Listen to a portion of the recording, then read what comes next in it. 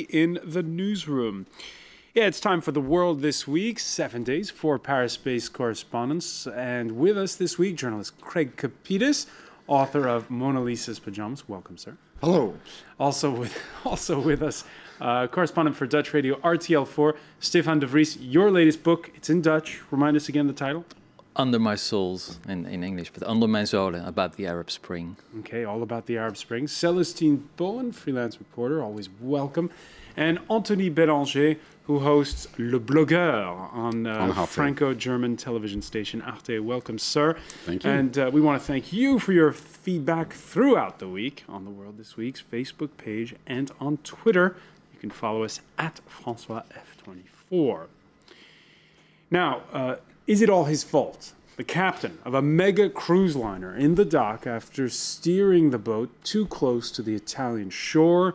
He allegedly triggered a disaster with dozens dead or missing, not to mention a major threat to the ecology of the Tuscan coastline. Now, there's growing evidence of what went wrong before, during, and after the accident. No, per cortesia, lei adesso prende e va a bordo. Mi assicuri che sta andando a bordo. Io sto andando qua con la lancia dei soccorsi, sono sotto qua, non sono andato da nessuna parte, sono qua. Che sta facendo, comandante? Sto qua per coordinare i soccorsi. Che sta coordinando lì?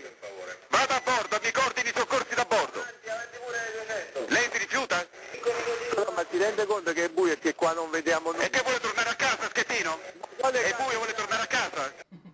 All right, and in Italy, T-shirts that quote the Italian Coast Guard's words that you just heard there to the captain, "Get back on board." They're selling like hotcakes. Of course, Stefan de Vries, this is of course, he's not been proved guilty, and that's important because whenever there's a major accident, the first thing people do is blame the captain. Yeah, well, that's his role. That's why he's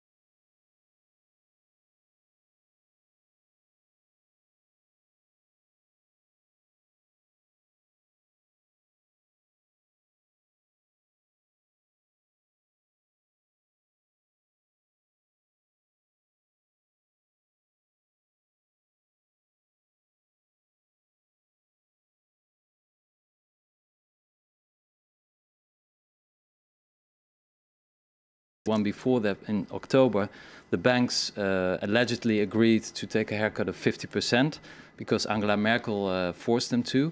And now they're coming back on this haircut, and now the negotiations are still going on in Greece. And apparently they have an agreement tonight, and we'll know the details. But what's going? Because time is money in that matter. So but Francois, what's going on here is a month ago is not okay right now. I mean, they're asking for more. It's something much more fundamental going on here behind the scenes, which we've seen.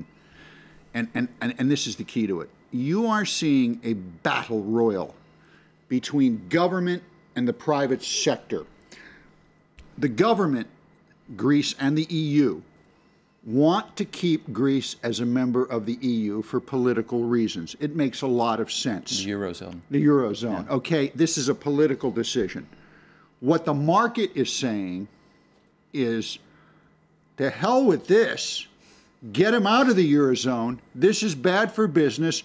Let him go back to the drachma. Now, a few days ago, I happened to have lunch with some senior Greek officials here in Paris, politicians. And they are furious over anyone who listens to the market side of this argument. This stat you have up here on the screen, these traders. Mm-hmm. These are the fellows who want to see Greece default. Why? Because they're positioned to make money if it succeeds or if it fails. Of course. And that's they don't like this they've been on failure. That's right. That's it. And this is the argument that's going on. Mm-hmm. And if Greece goes drachma, which in my opinion I think it will, because I hope I'm wrong, but I think market forces always win out. That in this argument, that the people who control the markets, the banks, the hedge funds, are going to win. I hope that's not the case, but the animosity between these two sides is palpable. Mm-hmm. No, you're right. And what happens also is that, there is a second market for foreign or for sovereign debts.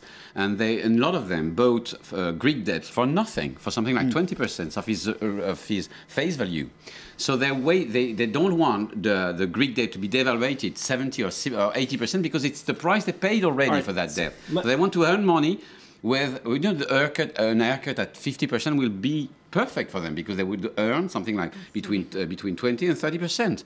But it's basically a mistake of the European Union because the debt is 360 billion. Sounds like a lot of money, but it's nothing. If we really wanted to bail them out, we could do that this afternoon. And could have done it. And we could have done much before. 2 years ago. But Angela Merkel, she pushed on the PSI, the private sector involvement, and there was a real Celestine Bolin, you remember when the crisis first hit back in 2008?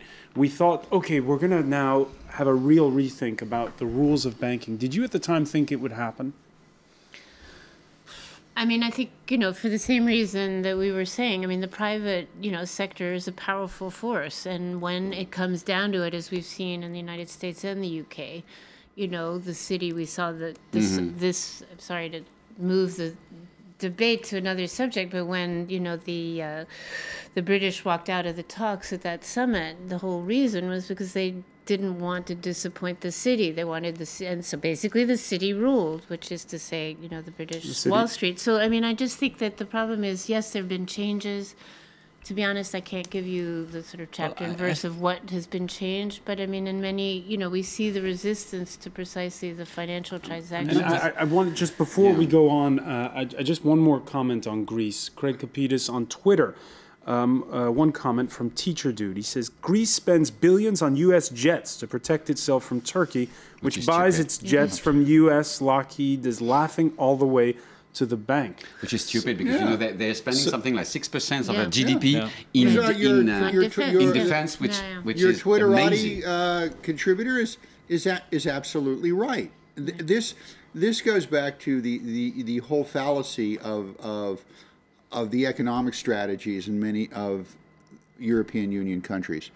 That when you look at it, very briefly, when you look at a solution for a problem of this scale, there's various levels within the argument that you look to solve.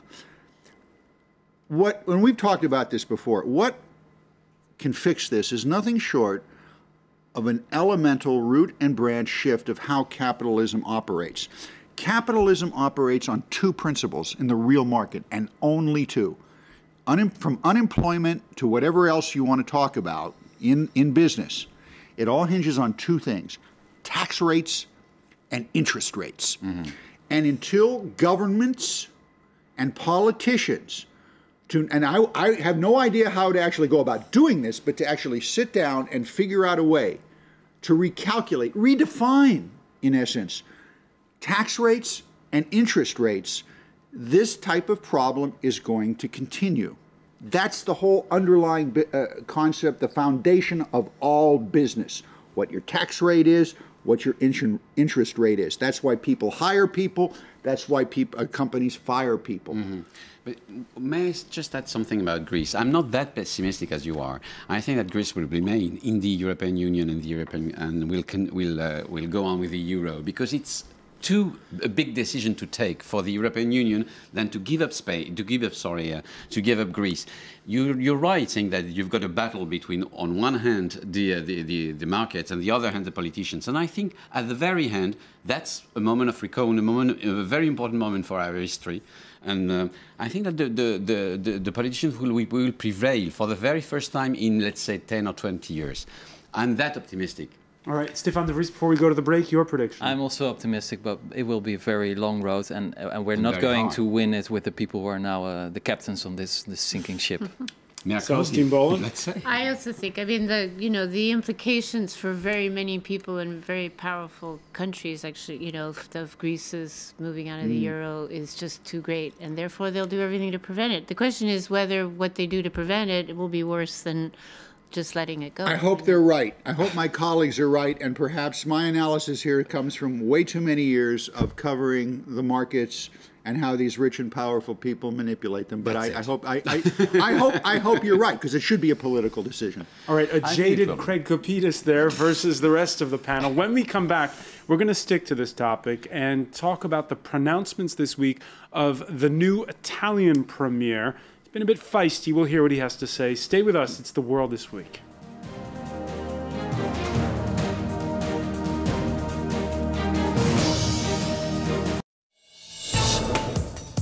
Relive all the big news stories of the year with our interactive map. The Arab Spring, Osama bin Laden's death, the Fukushima disaster,